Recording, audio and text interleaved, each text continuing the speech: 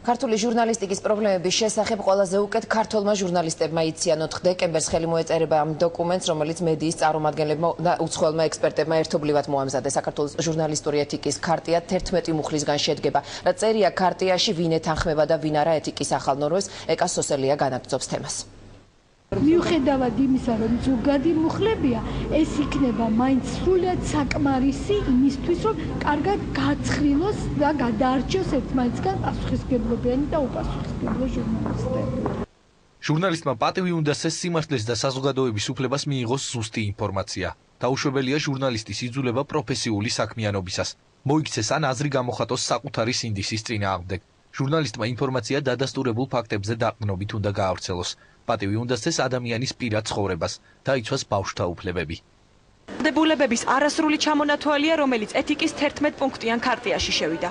ჟურნალისტთა რეგულირების მექანიზმი თავად ჟურნალისტებმა 18 თვიანი მუშაობის შედეგად შექმნეს. ქარტია იძლევა სწორედ ამის საშუალებას, რომ საზოგადოების მხრიდან მედიის მიმართ ნდობა ამაღლდეს. საზოგადოებას ხელში აძლევს სერიოზული იარაღს იმისთვის, რომ აკონტროლოს პასუხისმგებლობიანი მედია. ქარტიის ავტორები ამბობენ, რომ ჟურნალისტების ეთიკის ქარტია საზოგადოებისთვის იქმნება. მას ერთი და მხოლოდ მორალური ძალა აქვს. ქარტიაზე ხელის მომწერი ჟურნალისტები შექმნიან საბჭოს, რომელიც ყოველთვიურად ანგარიშს გამოაქვეყნებს, მათ შორის ვინ არღვევს და ვინ ასრულებს ქარტიას. ეს არის ნებაყოფლობითი აქტი. უბრალოდ ამით ყველა ეს ჟურნალისტი, რომელიც მოაწერს ხელს, საზოგადოებას ეთქვის, რომ მე აი ამ პრინციპებს ყოველთვის ვიცავდი.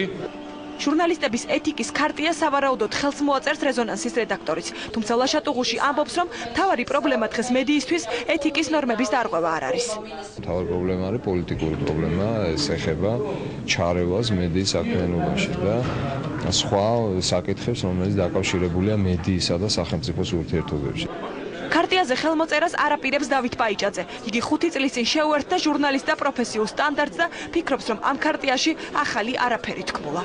არ მიმაჩნია საჭიროდ შეუერთე კიდევ ერთ ეთიკურ სტანდარტს ჟურნალისტიკაში, თუ კი მახსოვს და მიმაჩნია, რომ ვერდგულებ იმას, რასაც შევერთდი თავის დროზე. მოვაწერთ თუ არა ამას ხელს, არის მატარებლები მაინც ვართ ასე თუ ისე ამღირებულებების მატარებლები, თუ გაქვს პრეტენზია იყო ჟურნალისტი. ხელმოწერის აუცილებლობას ვერ ხედავს რუსთავი 2 ჟურნალისტიც. ნათია ბანძელაძე ჩარჩოში მოქცეულ დებულებებს დაუწერელ ნორმებს ამჯობინებს. ტელეწამყვანი ვახო სანაიაც აქცენტს ჟურნალისტის პირად ეთიკასა და თვითრეგულაციაზე აკეთებს.